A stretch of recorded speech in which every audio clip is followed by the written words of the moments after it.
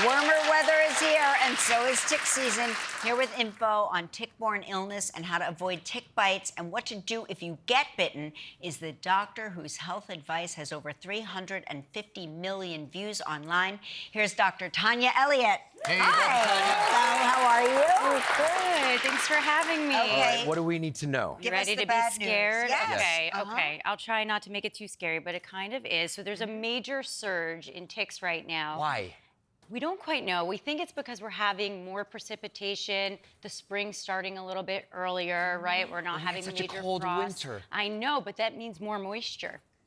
I always thought that meant that they die upon frost. They do, but then as soon as it starts getting warmer, and we were having warmer and warmer days earlier and earlier, now you have all this moisture But in if the air, they're and it loves dead, it. if they're dead, Listen, they're who's here. mating? Who's doing it I don't know. down They're coming there? back. They're Okay. coming up from the ground. Got it. And the problem is that an abnormally high number of them are testing positive for tick-borne illnesses. It's not just Lyme. Yes. They carry over 15 different diseases. Oh gosh, what are the top ones we need to worry about? Well, let's go. Tell us about Lyme first, because that's the big. Lyme is the one we all know. Right, and so when you get a tick bite, like if you don't see the tick on you, it can look like a mosquito bite that doesn't itch. So it's really easy to miss. So what are the symptoms of Lyme? Classically, you get a rash that looks like a bullseye, but half of kids don't get that, and about 30% of adults don't get that. So what do you look for? Fevers. Almost all of these tick-borne illnesses, you end up with a fever, headaches, and then flu-like illness without the runny nose and congestion. Okay. So you end up with like body aches, you're really tired, your muscles are achy. Then you move on to the next phase of Lyme where it starts to invade your organs. So it can impact your heart and cause arrhythmias. It can cause arthritis in your joints. So you'll be like, what was that Pilates something? Like, why is my knee bothering me? And all of a sudden your muscles and your joints ache and you get arthritis. And it can impact your brain. Really, really bad headaches, even seizures, and then sometimes a facial paralysis of one side of your face where you wake up, you have a facial droop. That's called Bell's palsy. Right. Yes. Okay. So what are some lesser known tick-borne illnesses? Right, so over 15 different illnesses. One of them is called Rocky Mountain Spotted Fever. Yeah. Despite the name, it's mostly prevalent in the central United States and the southeast United States. Classically, you get a rash on your palms and the soles of your feet. Very high fever, really, really bad headaches, and then nausea and vomiting. It often gets confused with appendicitis. Okay. Okay. Now let's move on to babesia. Babesia. Yeah, babesia, the one we can't pronounce. Yes, it's very similar to malaria, fevers, chills, night sweats, body aches and pains, and then anemia. So your blood counts drop and you end up with bleeding issues and clotting issues. It also sounds like menopause. Okay, now we got the next one. This is called Powassan virus, okay? Yeah. There used to be only about 50 cases per year, now a few thousand cases per year. This one goes to the brain, causes meningitis and encephalitis. People can present like stroke victims to the emergency department, seizures, paralysis. This one is life-threatening. The last one is actually an allergy that occurs where you react to the tick saliva. It looks very, there's a component in the tick saliva that looks very similar to something found in all mammalian meat. So you end up developing an allergy to beef, milk, pork, lamb, all mammalian meat. Life-threatening anaphylaxis can occur. So what do people do? They carry an EpiPen. Oh my gosh. Oh my gosh. I know. Right. Did I scare you enough? Yeah, I mean, I right. thought you said you were going to try to do it not scary. I couldn't help it. I'm sorry. All right, we're gonna take a break. How to prevent tick bites and what to do if you have been bitten when we return. We're back with Dr. Tania, and we're talking about ticks. Oh, look, a helpful thing to show us ticks. Okay, so this is what the adult tick looks like. It's about the size of a sesame seed.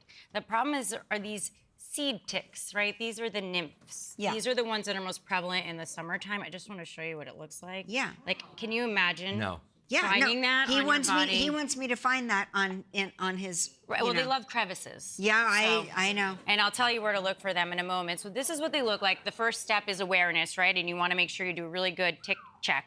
So your scalp, also it's your eyes, but I mean, I have to wear readers, right? When I'm in the bath looking for these things, Right. try to bring a magnifying glass. Ideally, someone could do the tick check with you, but also just feeling with your hands. You want to check your scalp. You want to check under your armpits. You want to check behind your ears. I found one in my daughter's ear crevice, Yep. stuck there. Look, It's look wild. at that. Look at that. We have that Look, Yes. those are a bunch of little ticks. Yes, yes. In between the fingers, in between the toes, in the groin. You get my point. Okay, so that's where you check for them.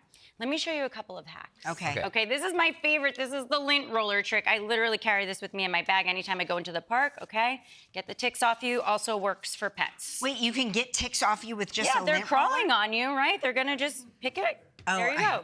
Oh, we are gonna Be have careful a where you put blast. that thing, but We are gonna have a good time. if you forget to wear hiking boots, you can take tape and put the sticky side out and wrap it around your ankles, so that'll trap them when they're walking up your legs. So this is Uh-huh. another thing. Wow. Smart. Keep in your emergency pack. Okay. Then when it comes to what to wear, avoid wearing prints. You want to just go for very light colored clothing so they're easy to see. you can see them, and then yeah. tube socks are going to be all the craze this summer. The higher, the better. Yep. You're going to tuck them into your pants. This is going to be the look for the summer, okay? Tube socks, The pull them up to tick-proof your look. nipples, ladies. There we go.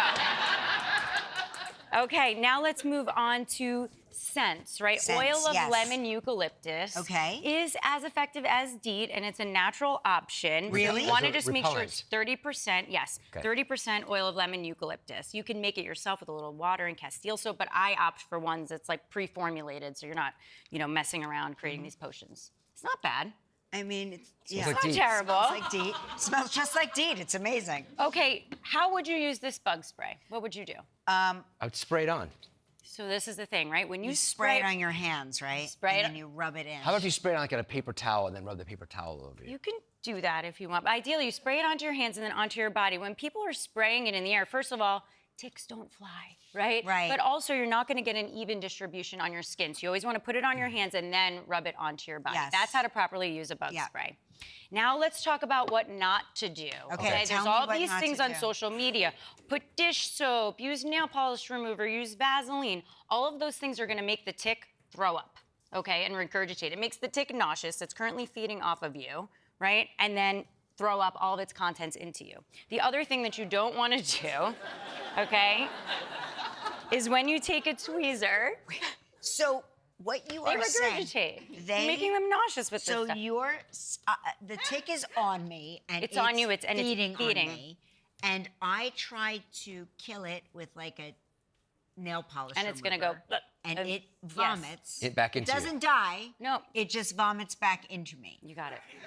So, what we want to do is you want to take tweezers right at your skin here, right where the mouth is attached, and then you're just going to slowly pull up and out. You never want to grab the body of the tick because then you're going to smush its contents directly into your bloodstream. Okay? So you always want to keep the tweezers. What Keep happens- these tweezers in your pocket. What happens if you pull, right, and only half comes off? Then what?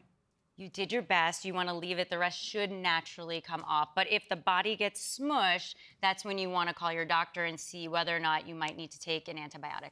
Do you at any point put your hand on the roadway and have your husband drive over your hand with a car? Because then it's going to cut it off, and then the Okay, tick got only it. impacted your hand, which Got is it. left on the Okay, road. got So, it. Okay. Thank you, Dr. so Tanya. much. For these Okay. tips and more, visit our website,